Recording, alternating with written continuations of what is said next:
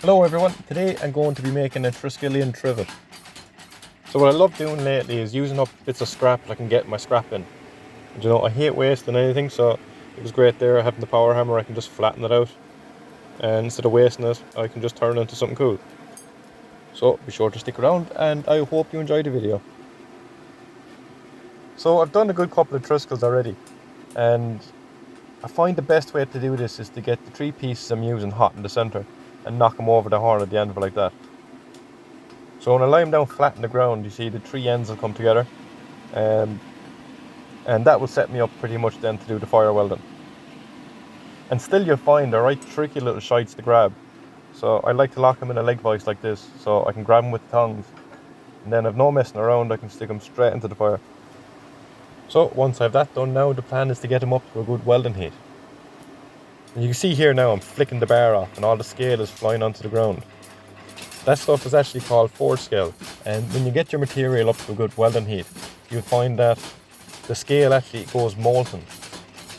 And so you need to flick that off, and that cleans your steel basically, and so you can forge it and weld it cleanly.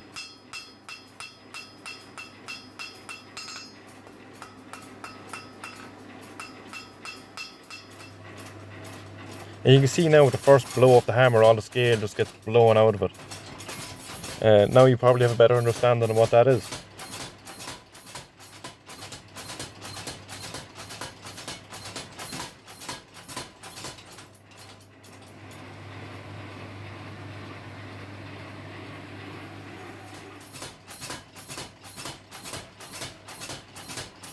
So now I have the three pieces forged and welded, drawn out, and happy enough with that, and I have to finish it off by hand again.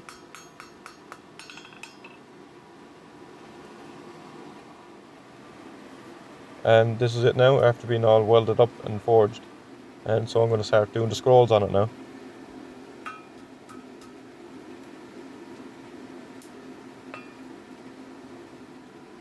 And you wouldn't really think it by looking at it, but it's actually a bit trickier than your typical scroll, because the end sections are forge welded into one solid piece and the two sections behind that are half size.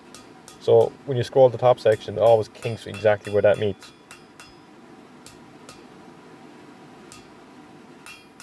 And you see now right here is actually a really good example of that.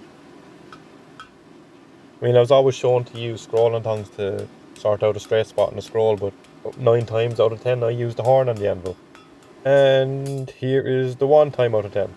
So sometimes you can't reach it with the horn on the anvil, so it's better to use scrolling tongs. Just grab it and pinch exactly where you want to sort that straight spot out.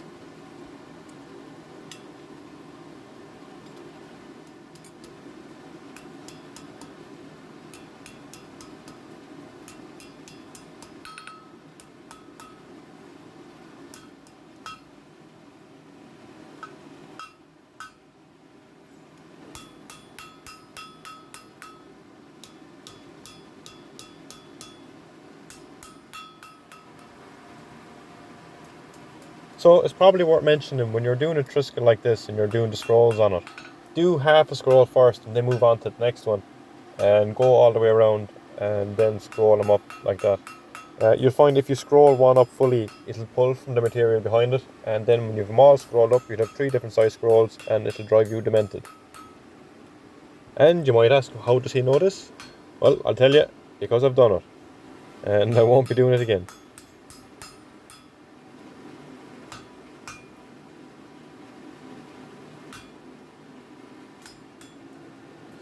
So sometimes the scrolling tongs won't do, or the horn of the anvil won't do, you pull out the dog wrenches. If you're into blacksmithing or you're just getting into it and you don't have these, just go away and make yourself a pair of them, because they're very handy tools to have in the forge. So there comes a point in every project you do, you just have to call it good. I'm happy enough with this, so I'm going to move on now to the next part of this and do the ring.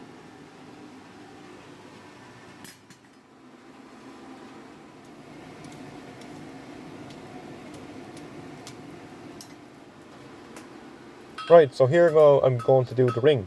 Now, to be honest with you, a jig would be a great idea, but I really want this piece now to have a bit of character about itself, so I decided to do the whole off by eye. It didn't really take me that long, probably less than 10 minutes anyway. little over and back and kind of tweaking bits here and there, but overall it was fairly quick to do and there's no bother.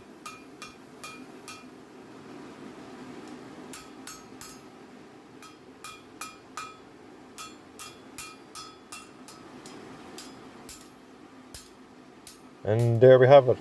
It is definitely recognisable as a circle anyway, so I'm going to call that good. And make sure it fits on the Triskel, and happy days.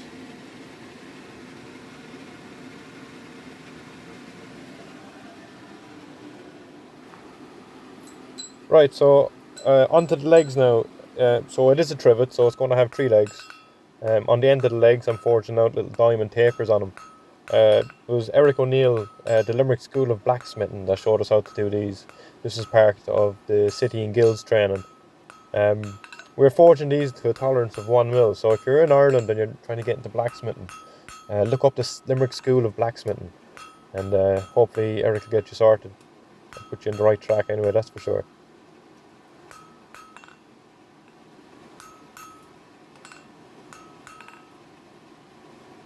Right, so I have the 3 diamond tapers forged out, nice and handy. If you ever do City and Guilds, they're the easiest thing on the course.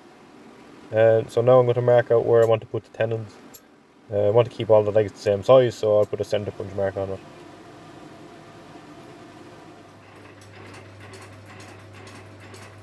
So here now I'm using the spring swage. It's essentially a top and bottom tool. The top tool is half round, the bottom tool is half round. So I put a square section in, it'll come out all round. Nice and easy. So it's going to be 6 mil, and that's the size of the tenon. Right, so I'm going to lock this now into the leg vise, and I'm going to use the monkey tool.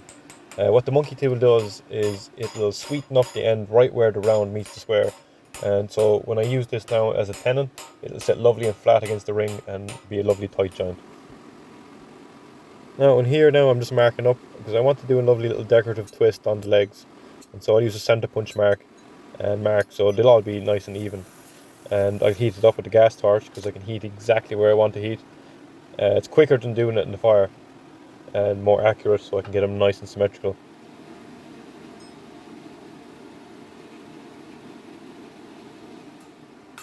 And to be fair, one of the best things about being a blacksmith is if you need a tool, you can make a tool. And if you can't make the tool, you are the tool. So basically this is going to be used to make the collars that go around the Triskel and the ring. So this is going to be exact same thickness as both of those together. So when I make the collar, it'll just be a lovely snug fit and there won't be any rattles or wobblies. It'll be nice and snug.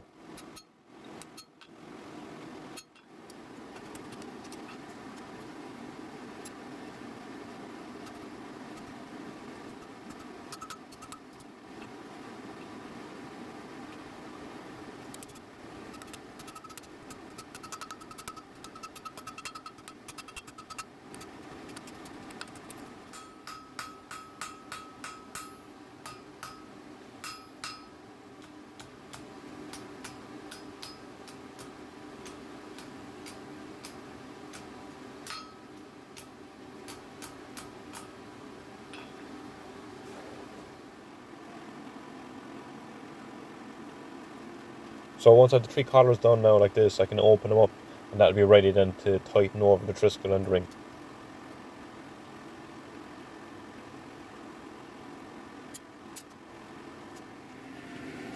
Right, so here are all the finished pieces now, the collars and the legs and the Triskel and the ring. So it's going to be nice and tight there, and when I put the Triskel into the ring, the collar is going to join over that where that little opening is there, and it won't be seen once the collar is on it. So it'll be a nice tidy little joint.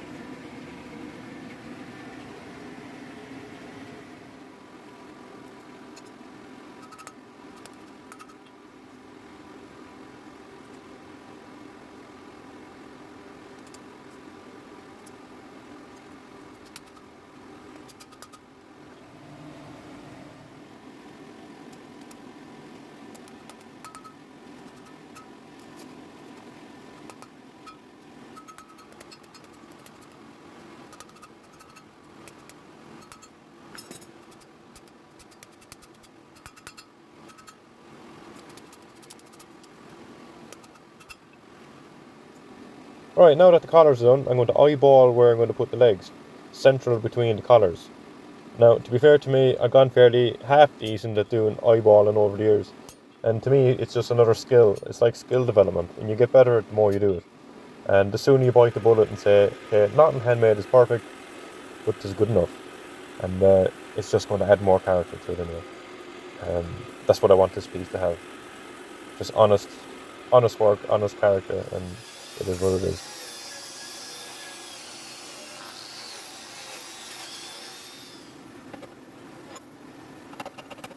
Now, the final piece of the assembly, I just lock the legs into the leg vise and heat it with the gas torch and close the tenons. I'll use a little ball peen hammer there and just close it up. Nice and tight, nice and clean. You can heat it up in the fire, but doing it like this is much more efficient, and you've much less chance of making shite of your piece. But there really is just something about traditional ironwork, isn't there? You know, when you see the collars and the tenons and the rivets and the twists and the fire welding, it all just comes together in the end. And it's not even just the quality of the joinery, the finished piece and the aesthetics. It just speaks for itself, and that's why I love it.